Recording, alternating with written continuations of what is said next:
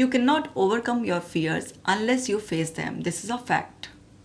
Hello, my dear ones. I'm Dr. Kashika Jain. I'm a clinical psychologist. In this video, I will explain in detail how you can overcome from irrational fears, and I will explain the importance of exposure therapy. But before I begin, I want you to download my mobile app. Just type my name, Dr. Kashika Jain. You will find my app. Download it. Do breathing exercises to relax your mind, to remain in parasympathetic mode, and experience meditation every day to overcome your fears faster. Now let's understand. Fear is a normal part of our life. We all feel fearful to some extent. Some situations are really feels like threatening, and our brain is set on default mode to scan the threats from the environment. So sometimes we all feel fearful, but when that fear is realistic, like if you are standing on 10th floor of a building and you simply look down from that, so sometimes you feel like, oh my god, what if I fall down from here, so I'll die. That's a reality based fear, because really if you jump from that 10th floor, you will die, or you will be badly hurt even if you don't die. So this is something based on reality. But the problem actually creates your irrational fears. Irrational fears are baseless fears, which has no reality ground. Your just mind is assuming the worst case scenario and making you fearful. And why your brain does this? Because you have already a link of those fears. You got some references from the environment, something happened with someone, and you borrowed their fear, or something in the past happened to you, not exactly the same, but similar a kind of experience, and based upon that similar kind of experience or some reference, your mind is assuming the worst case scenario and making you feel fearful. As your mind is set on default mode to scan the threats, so your mind is negative biased, and your brain believes better safe than sorry policy, and it also doesn't differentiate between imagination and reality. So when your brain is just assuming the worst case scenario, you start having the physical symptoms. And when you have the physical symptoms like palpitation, choking sensation, some butterflies in your stomach, body ache, you are feeling, like as you are abnormal. Sometimes some people start crying loudly, and they start having that negative thought loop. What if I die? If I don't do this, something is going to happen with me or my family. And they start escaping the situation. The more you escape some situation, your brain believes it is a real threat. Or you involve yourself into safety behaviors. Also, your brain believes this is real danger. And your brain makes that pattern more stronger, and it keeps reminding you to stay away from that trigger, threatening situation or person or object, whatever you make association with. So understand, you need to live into the reality. Just take a deep breath, hold on, and look for the reality. Be in aware state. So feeling fearful is not bad, but escaping the situation or indulging into safety behaviors creates lots of problem. We all feel fearful because life is uncertain. You never know what is going to happen next. So some people embrace the uncertainty and they decide to face their fears, and they face that situation, person, or whatever comes their way, and they develop those skills, they motivate themselves, and they take calculated risk, and as they face the situation, they overcome from their fears and they remain in a flow state. But some persons are not okay with the uncertainty, so they start thinking in what ifs. What if this happens? What if that happened? So they enter into hypothetical worry zone, and they decide to escape the situation rather than facing it, and they involve in safety behaviors. So that's how their brain wires to look for more threats, more negativity, and brain automatically take holds on their life and start giving hypothetical, assumed suggestions, and brain magnifies the reality, distorts the reality. And when you're not facing your fears, so your brain through your actions understands this is not just my assumption, it is a real case scenario. And your brain presents you the worst case scenario. Now it's the game between you and your brain, nothing to do with the reality, because in reality there is no real danger. But now in your internal world, that danger is real, and your brain will try to protect you at any cost. So it suggests you something which is illogical. By doing that safety behavior, nothing is going to change, just a fake sense of safety you feel. But again that fear start building up, and it comes back with more intensity, and you feel like you are in a loop of that obsessional irrational fear, and you are feeling anxious, very distressed, and you are escaping or say taking safety behavior. Even then you are not relieved permanently. So now understand, first thing is, all fears are not real. Second thing, understand your brain magnifies whatever you give to it. So understand, even when your brain is thinking in catastrophic way, magnifying it, entering into what ifs, or simply considering feelings as facts, take a pause and look for the reality, and take a decision to face your fears, to overcome your fears permanently.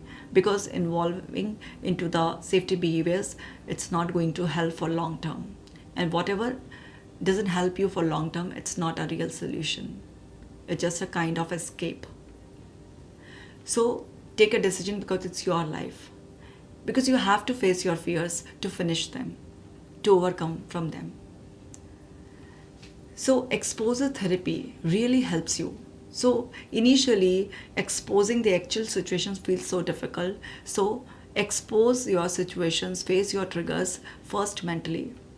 Just sit, relax yourself by taking few deep breaths, inhale and exhale. Or you can use progressive muscles relaxation, where you part by part relax your body, and you enter into a very deep relaxation zone where your mind is calm, your body is relaxed, and they are ready to support you. And after entering into that zone, just create that scenario in your mind and see yourself confident, standing tall. You're feeling confident, readiness to face your fears. And simply by engaging all your five senses, see yourself facing the situation absolutely confidently, normally, as you used to live confidently, or someone else is living confidently in that situation. So you can borrow the confidence from your near and dear ones as well. You can use this as if I'm confident to face the situation. If you're confident to face the situation, how would you address that situation? So just by using as if scenario, just go and face that situation in your mind. Even you are creating this reality in your mind, but it's going to help you when you will face it in real, because this experience is real for your brain, because your brain believes the patterns even when you create it in any hypnotic state or any in deep relaxation state. Whatever you just imagine, it is the reality for your mind. So mental exposures are equally effective. I help my clients to expose their situation in hypnosis state. And in hypnotic state, whatever they experience, they create something new. It helps them to face in reality as well. So just expose your triggers mentally as if you are confident enough to face them. And then gradually prepare yourself to face them in real scenarios. First, prepare your exposure hierarchy. What are your triggers? What are your troubling situations? And what you believe about them? What are your specific fears? what is your anxiety level, and what safety behaviors you do, and any specific background story if you have about something that you borrowed that fear from someone, or whatever story is underlying. So just write it down and create an exposure hierarchy. And then with the least anxiety producing situation, start. And just go there and prepare your mind that when you will face your situation in real time, you will feel anxious. And don't feel bothered about that anxiety, because that anxiety is completely natural. Whenever you will expose to your situation, that anxiety will start building, it will go to the peak, and gradually it will come down. But you are not supposed to escape the situation. You have to face the situation at any cost, because if you exit in between, you actually again trigger your brain to build more anxiety next time. So stay into that situation and let the habituation process happen.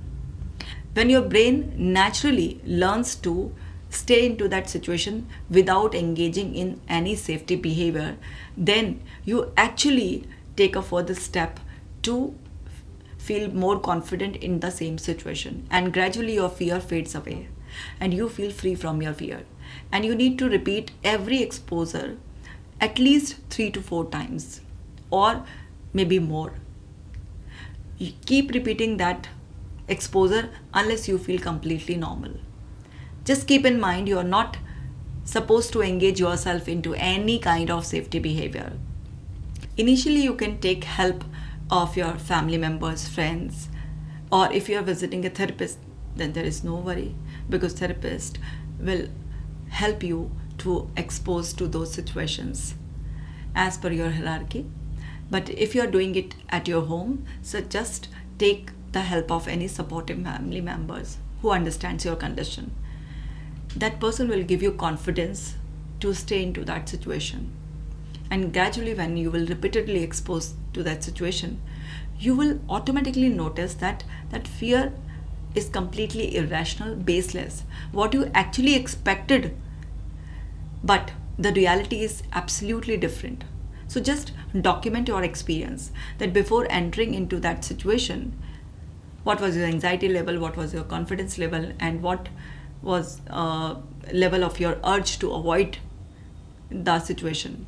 And when you actually entered into that situation, how did you feel? What did you learn? And now, are you willing to repeat this exposure? What is the anxiety level? Is it down or the same? Now, what is your confidence level? Is it the same or it has increased? And now, next time, are you really willing to repeat this exposure, or still you are having this urge to escape from this exposure? So when you document your experience, so it actually gives you clarity and also boosts your confidence to do it next time. So documentation also helps. And when you repeat something at least 4 to 5 times, your brain believes, and that's completely normal. Whatever patterns I have made in the past, now it's time to change. And every time you are exposing your situation, you are creating new patterns. When you are repeating, you are strengthening those patterns. And when you strengthen those patterns, so it feels very easy to face your fears naturally. For example, you are fearful of lizard, and you feel automatically disgust when you see lizard. So start your exposure by seeing lizard pictures. Then watch YouTube videos of lizard. Then gradually hold artificial lizard. Then expose yourself into that area where you see actual lizard. And gradually, when you expose yourself step by step, you feel completely natural.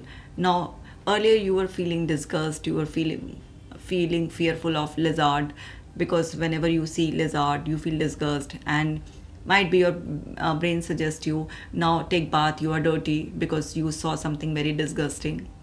And taking bath repeatedly, washing your hands or washing the wall where you saw the lizard, that's not the solution.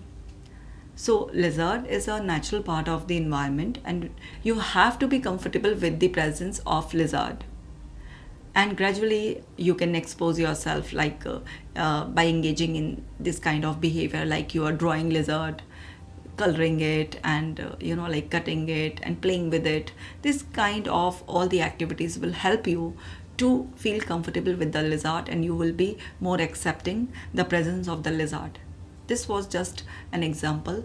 So whenever you have any irrational fears, just expose those troubling situation, face your triggers, because exposures are the only way to overcome your irrational fears. Because unless you expose your body to that situation, your body will not learn to stay normal into that situation.